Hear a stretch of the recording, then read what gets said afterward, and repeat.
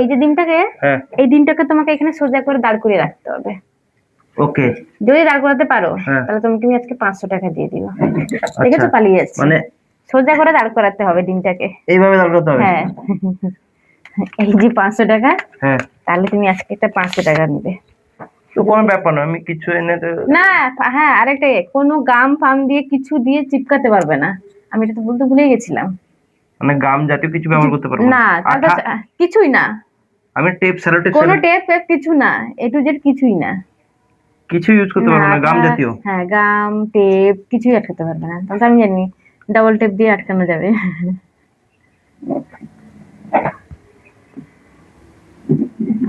ঠিক আছে, যদি করতে পারো তাহলে 500 টাকা তোমার, আর যদি না করতে পারি, যদি না করতে পারো তাহলে 500 টাকা আমার হবে।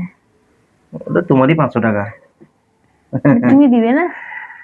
একটা গাম জাতীয়, যে এটা সম্ভব? হ্যাঁ, না তো আমি করব। কিভাবে সম্ভব গাইস, তোমরাই বলো। এটা কিভাবে এভাবে সোজা হয়ে দাঁড়াবে? দাঁড়াবে? হ্যাঁ, একটু আইডিয়া লাগাও, তাড়াতাড়ি বেরিয়ে যাবে। ঠিক আছে, 1 সেকেন্ড আসছি। চলে এসেছে। কি নিয়ে এসেছো? দেখো কি নিয়ে এসেছি, দেখো। এটা আছে লবণ, ঠিক আছে? হ্যাঁ, বুঝেছিলাম।